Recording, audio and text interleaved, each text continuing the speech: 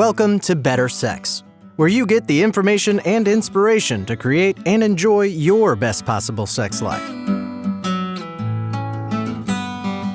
Join your host, sex therapist Jessa Zimmerman, as she brings you expert guests, helpful tips, knowledge, and strategies to improve your intimate relationships.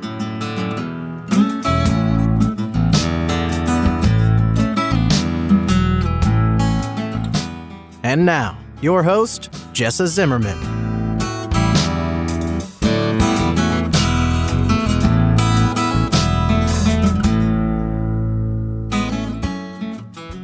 Hey, welcome back to another episode of the Better Sex Podcast. This is Jessa, welcoming you to the show and thanking you for taking the time to join me today. Fun topic today. You know, I enjoy all of these. I get to have these really cool conversations. But this one's about juicing up your relationship, enlivening it again. Or if you're single, preparing for that for when you are in a relationship. My guest, Alicia Davon, she and her husband have an organization that does this kind of training with people around increasing, presence, awareness, communication, and pleasure and energy in people's sex lives. And so we're talking about what that looks like and how people practice it and what a first step might be. And, I think a lot of it really revolves around getting out of autopilot, which we can do when we're with the same person and we're busy with stuff and we can just sort of not pay attention and go through the motions. Or we could get really present and have a sense of newness, even with a partner that we've been with for decades. So that's what we're talking about, and I hope you enjoy the show.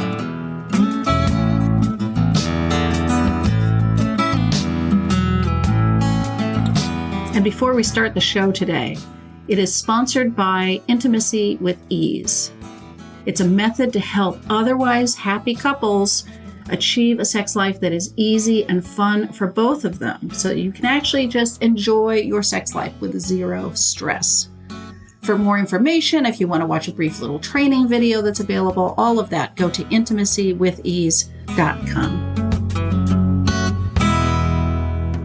So Alicia, thank you so much for taking the time to talk to me.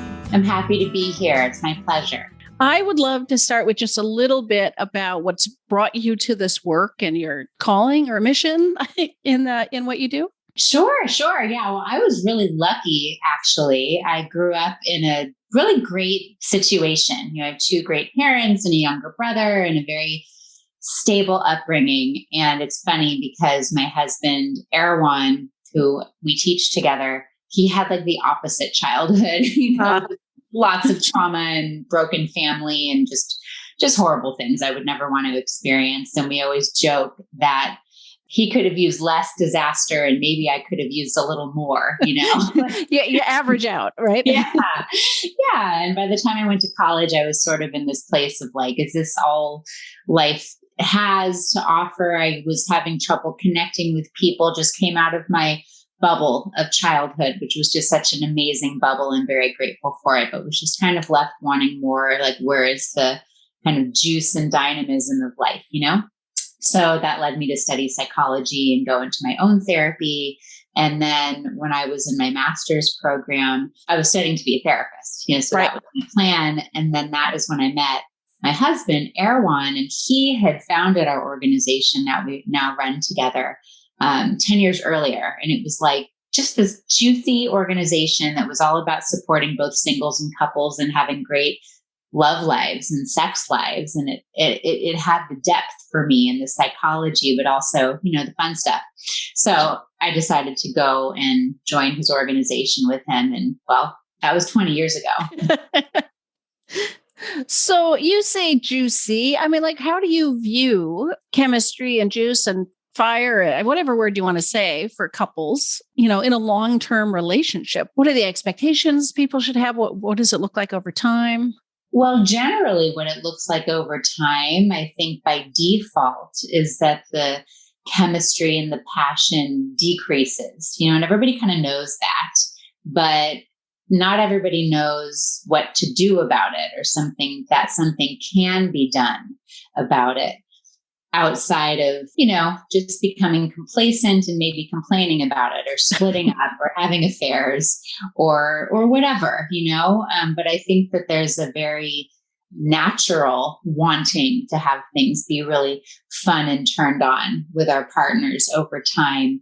But then the longer it goes without that, when those forces come in, like longevity or, kids and growing up and more responsibilities and all these sorts of things, it can get harder and harder to reconnect. And it's funny because even the people it was like we're with our partner for decades and we're so comfortable, but then we're like really awkward about sex because that's been happening a lot. And maybe one or both people don't really know how to talk about it. So, that's kind of the norm. There's nothing wrong with it. It's just the norm. I think a lot of people desire more though, and just don't really know how to go about juicing it back up.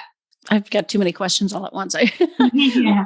I'm also thinking about just sort of aging and, life cycle too. What is the path to more, I sort of hate to use the word chemistry, but more juice, more fire, more excitement, more enlivenment in a sex life for a couple that's been together for a long time? Yeah, there's a newness that can be brought into the relationship, because a lot of it is sort of like with anything, when the novelty wears off, it's just not as exciting. Right. But there's a lot of inherent chemistry in everybody's bodies. Our bodies work correctly, even if, when we age and as women, our cycles change, or we go through menopause, or we have kids, or hormonal things happen, or whatever, maybe our bodies don't feel like they used to. But I've never, in my 20 years of working with singles and couples, found that somebody's body was the source of no passion or no chemistry. It's really what I found. It's our minds, we get distracted. We get very distracted these days by, technology at our fingertips, but, distracted by work and solving problems and managing day-to-day stuff.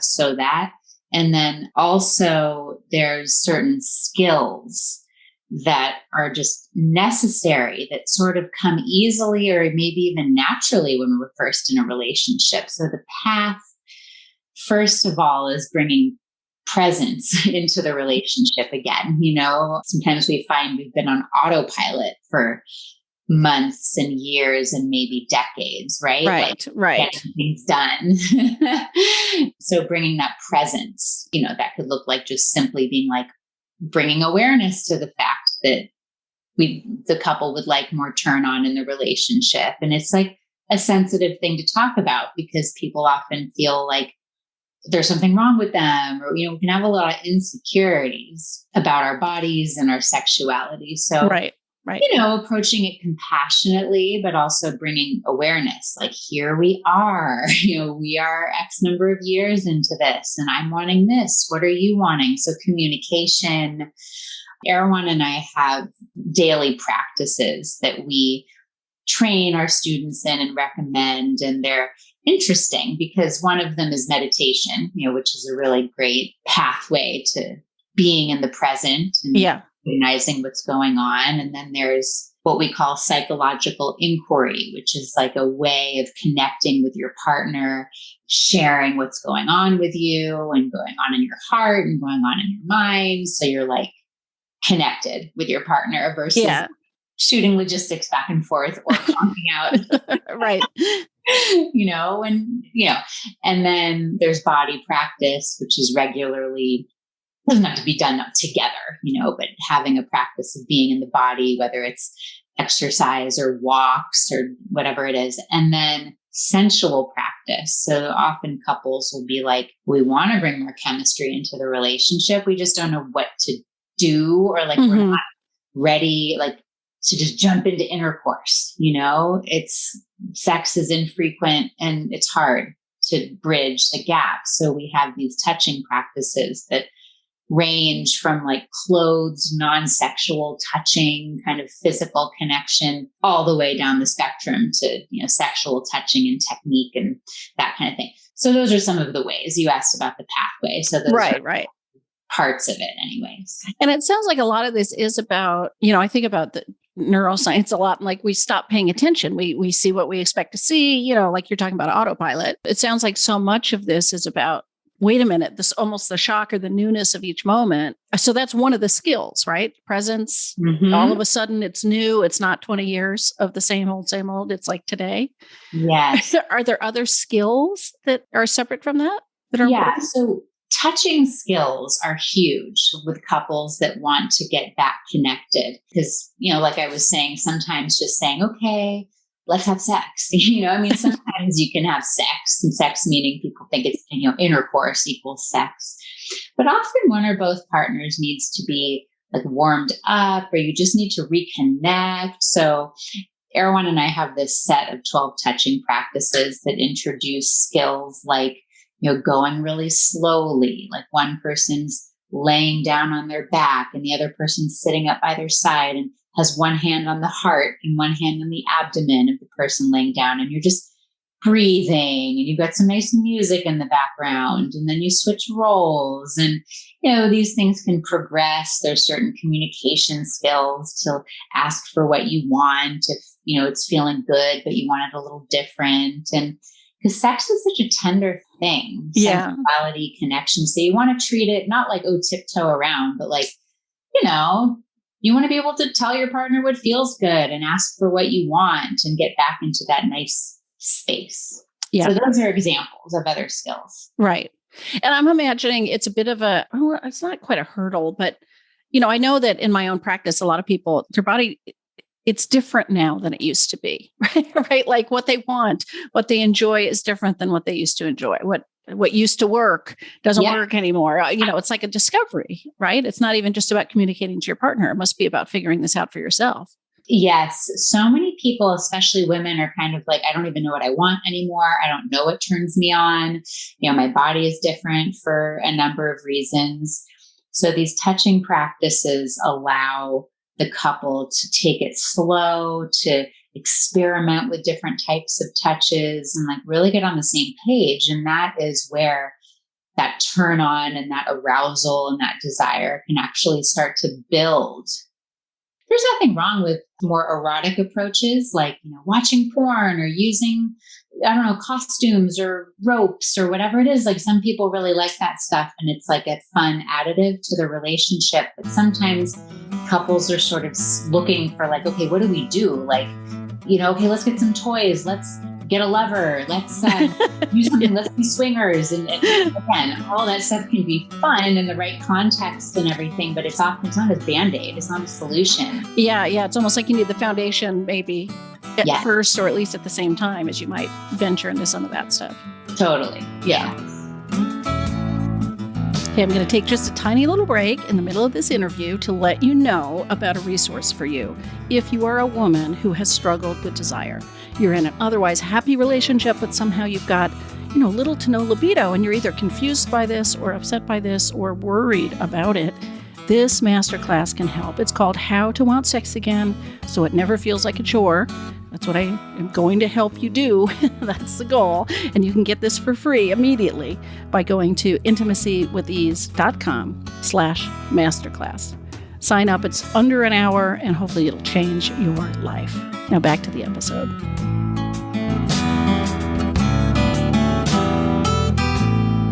And how much of this is, you already alluded to some sort of like emotional connection, stuff like that, but how much of the work like happens in terms of sensual touch, and how much of it is sort of outside in the rest of your life in terms of being present or focusing on pleasure or self-care or whatever else it might take? Yeah. It's a very holistic approach because it's sort of like, I like to think about it in a way where the more time you spend in a certain state, the more that state colors your life. If you're in front of a computer staring at a phone for, 15 hours of your day, shifting into something else is going to be more difficult. So our work is very holistic in that it addresses your psychology, your schedule and what you're doing with your time, being in your body, meditation. And then of course there's the communication and chemistry with the masculine and the feminine and sex practices.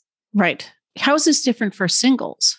Like I can understand it's one thing. In my own practice, I only work with couples. So we've got this partner right away that we can put some of this into practice with. What's different for people who are not in a relationship? So when couples come to work or singles come to work with us, they're usually wanting to ultimately get into a long-term committed relationship. They're wanting to learn how to date successfully or figure out like, why do I keep ending up in the same situation? Or they want to heal, from a breakup, or after, decades of marriage, they're divorced and they want to learn how to get back out there. So this is, examples of people that come to work with us. And we recommend either learning these touching practices by, we have videos that we have, you can learn them, you can try them with people that you're dating. We also have a set of sensuality exercises that you can do on your own. In fact, you're kind of supposed to do them on your own to explore your own body and notice what you like and learn that. So even with couples, we have them practice certain things on their own so then they can learn what they like. So there's a lot people can do as singles. Yeah. Okay. And then, well, I guess I want to ask what the work looks like if people come to work with you. How does this, because I work in sex therapy, right? So it's all talk, it's all clothed, it's all sort of theoretical in our sessions. And then they have all these experiences outside. Yeah. What's sort of the process for people that might work with the two of you? Yes. So we have mostly mostly group programs, not in person. We have one class that's still in person. That's a private program. And every so often we'll do some in-person things, but we mostly work online. And the classes that we have are mostly us talking and demonstrating things. Like we have a weekly group coaching class that's online called Mastery of Relationship. That's our most popular class. And Erwan and I will talk about different topics, but we'll also guide meditations. We'll show little video clips. We have participants talking and sharing with each other in breakout rooms.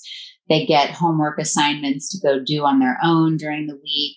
Very similar with the private coaching with both singles and couples.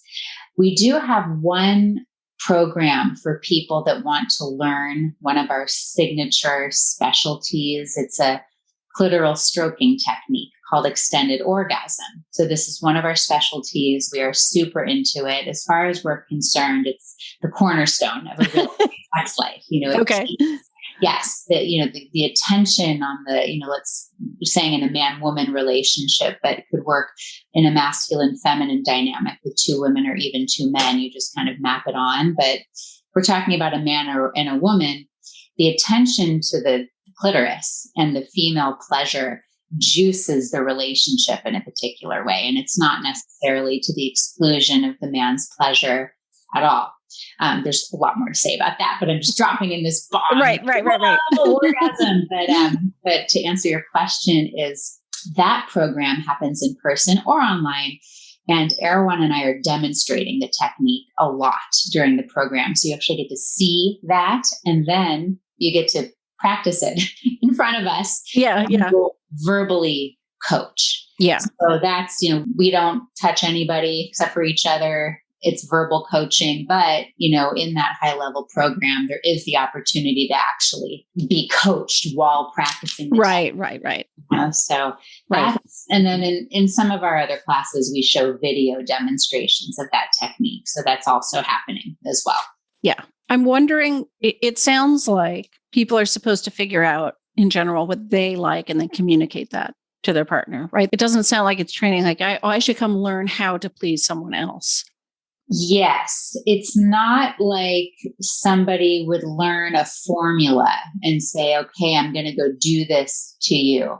Yeah. The training, even with, with the stroking, with the extended orgasm, the training is in presence to actually be able to feel like, oh, what kind of stroke will feel good to her right now?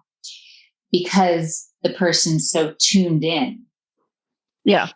Of course, if we're talking about a man stroking a woman, the woman has a huge role of communication. And saying, right. It's not just up to this man, to sort of figure this out or learn this or something, right? Yeah. No, it's like a mutual effort, and it's when it's done really well, the two people are essentially having the same experience, and the woman is, really surrendering, letting go of control, letting him have his strength, but he's touching her completely in response to her appetite. So it's like a very... Yeah, there's a flow there, right? Yes. Yeah. Yes, which, a lot of times in sex or sensual contact of any kind, people often feel like, oh, I should touch them to make them feel good, or like, oh, I'm not sure if I like this, but I should just let them touch me because I don't want to say anything. Right. There's so many hangups. And so it really is training in presence on both sides. Yeah. So if you were going to give just a starting piece of, I guess, advice, if somebody's listening and it's like, oh, I'd like to juice up my relationship after all this time. But, what's your suggestion for where somebody would just start after listening to this podcast? Like take an idea and be like, okay, this is something I could do that could start to move in that direction. Totally. So someone that's in a relationship and thinking, oh my God, I want to juice up.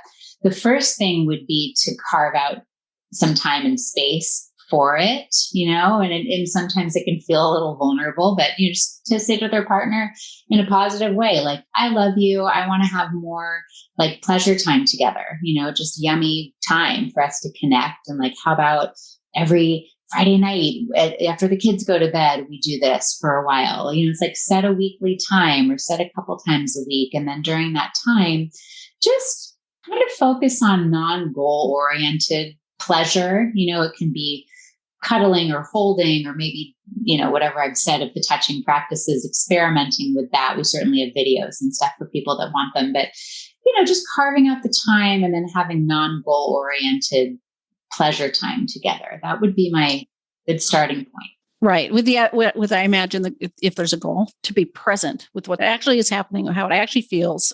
Yes. Right. And yes. just letting it be in that moment. Totally. And leaving the phones put away, not having anything distracting, just being there. All right. So where do people find you? What do you have available, or where do they go to start anything? Totally. So the best way to find out about what Erwan and I are offering and see how it would benefit anybody listening is to set up what I call a love life consultation. They're free. They're available to anybody listening that's interested in learning more about working with us. And it'll be, brief chat over Zoom, or it can be over the phone, and you can share anything you want with me about your romantic life, sex life, questions, challenges, whatever. I'll coach you a little. And then if it looks like we can support you more, then I'll lay out how we work with people and just which would be the best fit. I'll make a recommendation. So the way to set that up is to text our school. Oh, okay.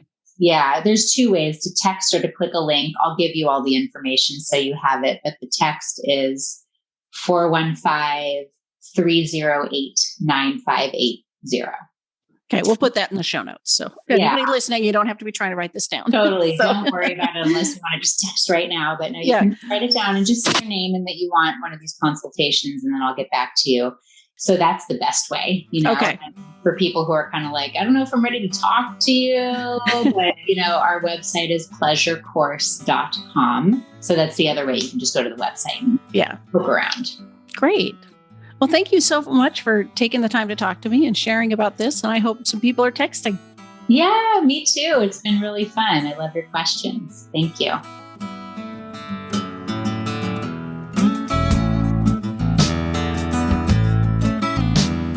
You've been listening to Better Sex. Please visit our website, bettersexpodcast.com, for show notes and additional episodes.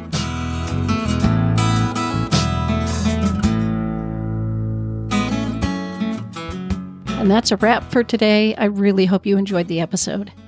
If you are enjoying the podcast, if some of this material resonates with you and you would like to make a difference and make sure that this keeps coming out in the world once a week, ongoing, there are a couple things you could do to show your appreciation. The first would be to go to iTunes and rate and review the show. That really helps us be found by new listeners when you review the show on iTunes. You can find a link at bettersexpodcast.com/iTunes. The other thing I want to invite you to consider is becoming a Patreon. For a small monthly pledge, you get some benefits. So for $2 a month, you get advance access to every single episode. For $5 a month, you get a chapter of my upcoming new book. And for $10 a month, I host quarterly get to know you and question and answer chats over the web, and you get invited to that. I would love to have your membership in that, become part of the Better Sex family. You can find a link at bettersexpodcast.com/Patreon, which is Patreon. Again, thanks for listening. I'm glad you're here. Feel free to comment, ask questions, get in touch. I'd love to hear from listeners. Thanks.